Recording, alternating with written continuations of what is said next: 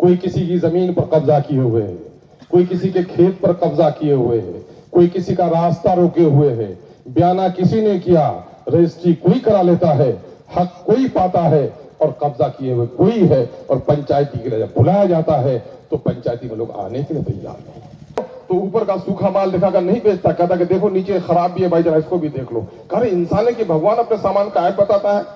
وہاں کے راجا نے مسلمانوں کو بلایا اور کہا کہ تم اتنا سچ بولتے ہو جی, کاروبار میں تو آدمی دھوکہ دے کے بیچ لیتا ہے سامان. کہا کہ نہیں, میرے رسول نے کہا جو اپنے گراہک کو دھوکہ دے وہ مسلمان نہیں ہے, ہم ایسا نہیں کر سکتے. اور آج اسی ملک میں ہماری مسجدیں توڑی جا رہی ہیں. نوجوانوں, تم سے زیادہ ہم تمہارے گارجین حضرات کو کہنا چاہتے ہیں, میں اپنے ہم عمر لوگوں سے کہنا چاہتا ہوں کہ دیکھو زندگی تو چھوڑنی ہے.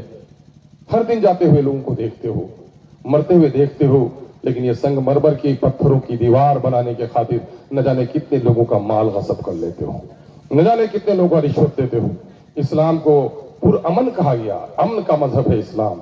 اسلام کے معنی ہی سلامتی کے, سلامتی کے معنی ہی امن کے ہیں. امن کیسے قائم ہوگا؟ صرف نماز پڑھنے سے. نماز پڑھنے سے اگر امن قائم ہو جاتا تو اللہ کے رسول کو جنگ بدر کرنی پڑتی. صرف روزہ رکھنے سے امن قائم ہو جائے گا؟ روزہ, نماز, حج, زکات یہ تو خدا کی عابدیت کا اقرار ہے اور وہ ہماری تربیت کا حصہ ہے.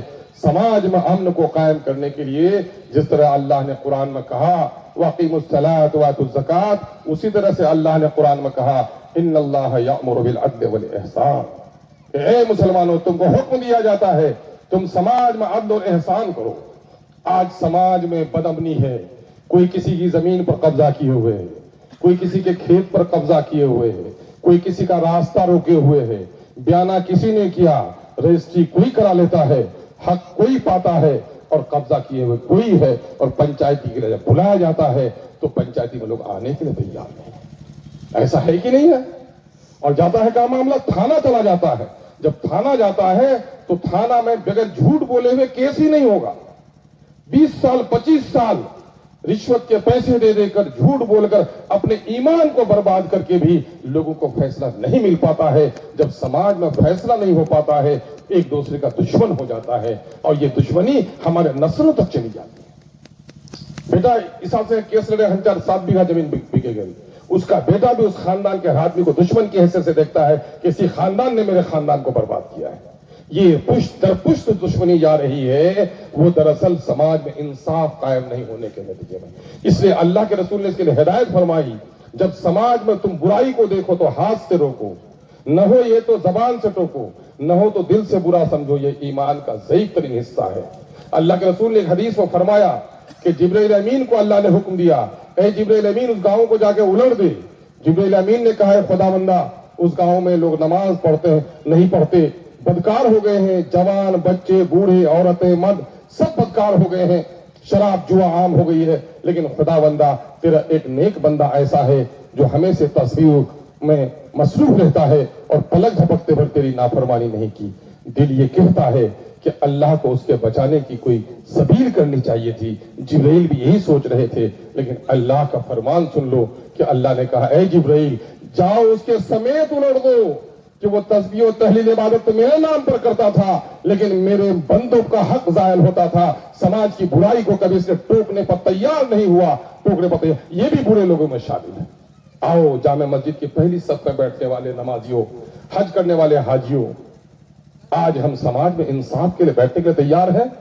اسلام اس ملک میں عدل و انصاف کی وجہ سے جگہ پایا تھا, اسلام اپنے طریقہ کار کی وجہ سے جگہ پایا تھا. ایک بات میں کہہ دوں جو میں نے تلاوت کی ہے سورہ عصر کی, حضرت امام شافعی رحمۃ اللہ علیہ نے کہا کہ پورے قرآن کو نہیں, اگر اسی صورت پر اگر انسان زندگی گزار لے تو اس کی زندگی بہتر ہو جائے گی. کیا کہا اللہ نے؟ قسم کھایا, قسم ہے زمانے کی. زمانہ کا یہی وقت گزر رہا ہے, کس کا؟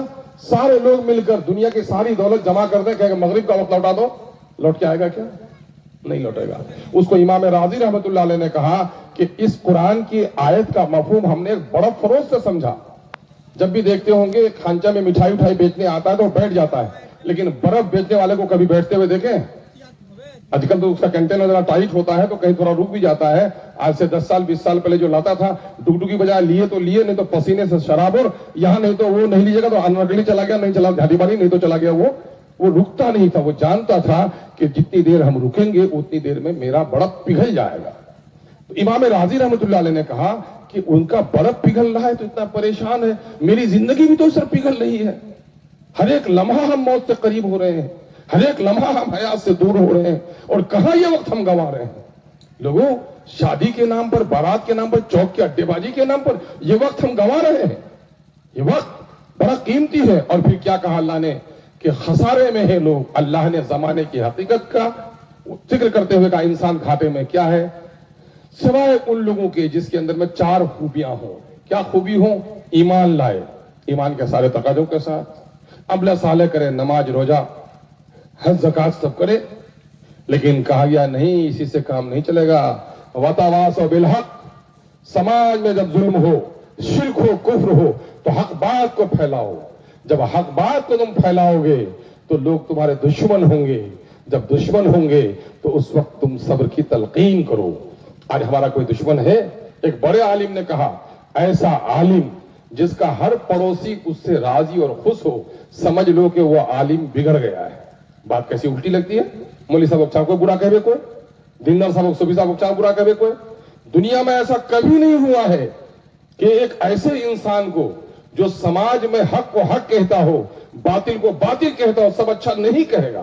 چونکہ سب سے اچھا انسان اللہ کے بعد جس کی ذات ہے وہ رسول اللہ کی ذات ہے. جب رسول اللہ کو سب نے اچھا نہیں کہا تو میرے بھائی ہم کس خاک پر پڑے ہوئے کہ ہم کو سب کوئی اچھا کہے گا. اچھا اس لیے کہتا ہے, گاؤں میں ایک آدمی دیندار ہے, وہ اپنا تسبیح پڑھتا ہے, جماعت میں جاتا ہے, نماز پڑھ لیتا ہے, لیکن وہ کبھی کسی کو ٹوکتا نہیں ہے. اور دوسرا جو صوفی صاحب ہے وہ نماز کبھی پڑھتا ہے لیکن کہتا ہے تیسرا کہن پیس تی اپنا ماں کیا معلوم ہے تو بہن حصہ ہوتا ہے اس کو جانی واگ دو اس تی سرکل پہنچا رہا اس میں اپنا گاڑی ڈال گئے لوگ جاتے اسے دقت ہو جائے. کچھ اڑا صوفی صاحب کبھی نہیں بولے اڑا صوفی صاحب بہت بک بک کرو. اس کے معنی جو سماج کو اچھا بنانا چاہے گا لوگ اس کا دشمن ہوگا. آج اگر ہمارا کوئی دشمن نہیں ہے تو سمجھ لیجیے کہ ناکارہ انسان ہوا ہے. سماج میں چور کو چور کہو, ظالم کو ظالم کہو. جو دوسرے کا حصہ, آواز کم کر دو بابو, دوسرے کا حصہ غصب کرتا ہے تو اس کا حصہ دلاؤ. یہ انصاف کرنا مومنوں کی ذمہ داری ہے لوگوں. لیکن آج ہم یہ کام نہیں کرتے. کیوں نہیں کرتے؟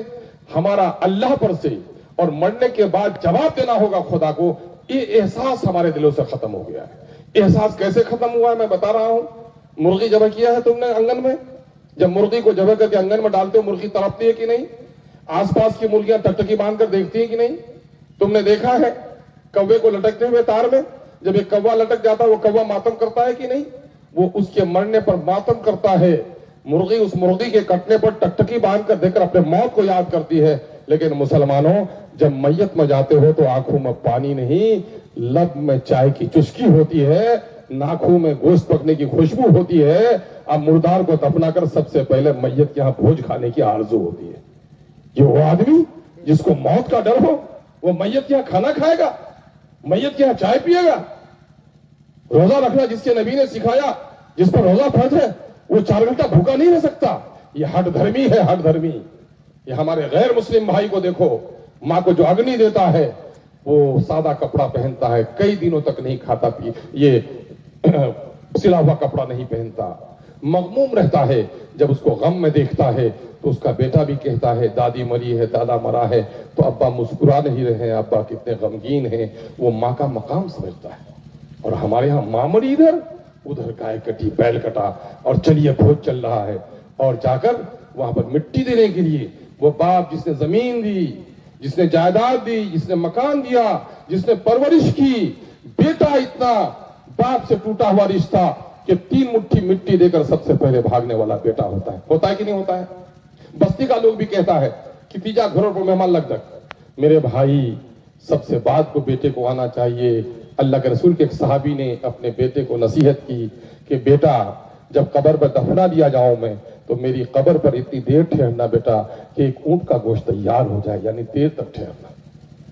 اور کیا کہا اللہ کے رسول نے؟ حضرت جعفر رضی اللہ تعالیٰ عنہ کے ہاں میت کا معاملہ آیا تو کہا جعفر کے ہاں کھانا پہنچاؤ, یعنی جس کے ہاں میت ہے اس کے ہاں کھانا پہنچاؤ. لیکن آج ہم ہٹ دھرم ہیں کہ اسی کے یہاں جا کر کھانا کھانے لگتے ہیں. ہم جلسے کو وقت کا پابند بنائیں, کھاؤ پیو فضول خرچی مت کرو,